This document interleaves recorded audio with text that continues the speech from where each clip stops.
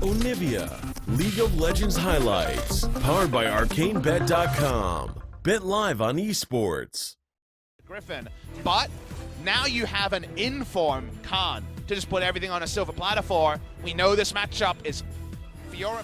That only lasts until there's a couple of items on Fiora, and then she takes your respect and still kind of sticks it to you under the turret. So there really is some timing windows there. I really like KT's comp, is if they get Baron, and that just should be so impossible with how much pressure Fiora will be laying on. Mid lane.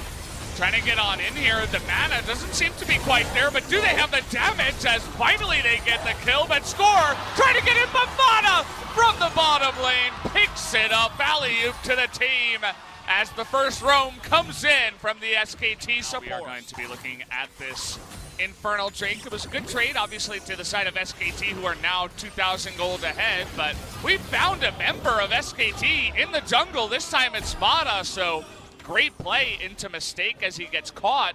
Could mean another Drake goes the way of Beware.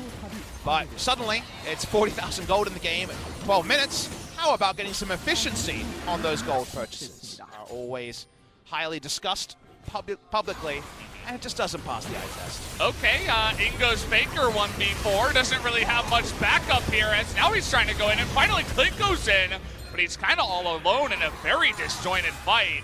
As Smeb is going to roll and okay, going to get the big Hemo play, again Mana going in, but do they have the follow-up damage? Faker going to go down. Khan on the chase is going to assassinate Gengo, and Score all of a sudden gets burst down by Teddy. SKT going to win this one 2-1, as finally they find a way into the fight. That was a very big engagement, still going. Oh, BDD, oh, he's going to be chunked out, and nice dodge, but only for a moment as SKT pick up another.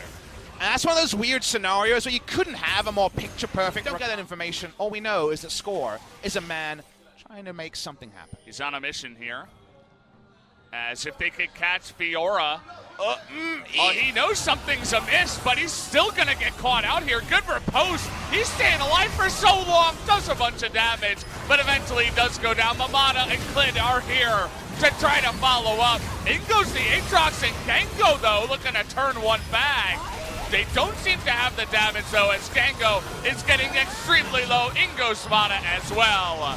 And SKT going to be able to win this one big time as 3 more kills, able to roll it back. And they should also get the Inferno. So much more forgiving for the 5v5. Everyone can dive. No AD carry has to choose his moment. Making a dive, going back in just to make sure that BDD leaves. Inferno is taken. Triple slow into the knock-up. See you later, BDD. You stuck around for too long. Not sure why you wanted to 1v4 on the Inferno, but he gives his life again. It's just such a tricky to execute. The eyes fully dilated, that's a lot of damage route, and Rakan has proven that he can get into a fight. Now, you could also chase on Khan. Maybe this is the start of the Baron. Yeah, Khan just taking a bunch of damage. Just going to flash over the wall, but nice response here. They're going way too deep. Wait, what's happening here? What is going on? Flint is going way too far, but guys, Vladimir is still a champion. Can he take them out? Baker able to burst them down as well, but Gengo chipping them away one by one. The question is, does it matter? The answer is Vlad is a champion, as Gengo is not going to be able to do much on the backside. You're very forgiving on this draft, SKT. You got a lot of options, but the trouble bubble hits there, and it seems like the Kai'Sa would have got it as well. SKT don't get routed because Vladimir is still so strong, and yet, you make that mistake too. Third item has that 1,000 gold bounty, the only person in the game with the bounty as well, as the Mountain Drake is gold even. The easiest way to win this game is to pick Score when he tries to check the Baron with his flag.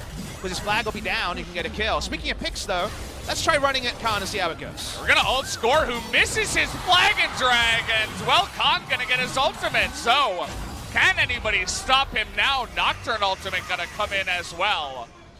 Just to say back away from the Khan, and, well, they get the kill. They kill. Edge of Night is absolutely one way to contest all of BD's time and trust that Gengo won't be able to do enough work as Faker. Speaking of contesting, well, he gets the ult off as BDD is going to ult himself. Not sure why. Going to be put into the sleep chamber as there's a shield coming in. Survives for a lot longer than I was expecting, but Faker caught out again up on the top tier, buddy. Might have Genga with him. World's Ender comes in. Khan says, hello, AD carry. Let me try to take you out. Meanwhile, the Baron's going to die, who is basically non-existent at this point as SKT pushing in for the victory. Teddy wants to make it interesting. Just going to essentially zone them out. Come the wallets. Good job, KT Rolster. SKT versus KT for the last time. Seems like SKT about to ink their name as the winners of this Telecom war. Well, they had to engage. They tried to get onto the Lissandra, but it didn't quite work out. Mana gonna try to help him out on the backside. Khan finally joining in this fight, but Teddy going 1v5 for so long is eventually gonna go down as SKT probably could have ended it there. Hard for BD to do anything, and that means that SKT just get to push all 3 lanes again, and then this time press their buttons in the right order. They're down on the power play, but we'll see if KT can do anything as Teddy with a huge emo play does the damage. Will not go down in this one, will KT, as Gengo trying to do his very best with the GA, trying to take him out here. Faker gonna go pretty low, but it doesn't look like it's gonna matter. The Vlad will go down, but nobody else will, as down goes the Nexus. SKT finally able to take the 2-1. And that does mean they close the distance on Griffin in first spot and also cement their stage on trying to find overall second place. They are in a close-knit battle with Sandbox Gaming when it comes to top 2. And remember, we're in Korea, we're in the LCK, where every position you finish higher gets you through either a best of 3 or a best of 5. You skip a best of 3 and a best of 5 if you are in overall second place, and you're only one best of 5 away from booking a seat into the final.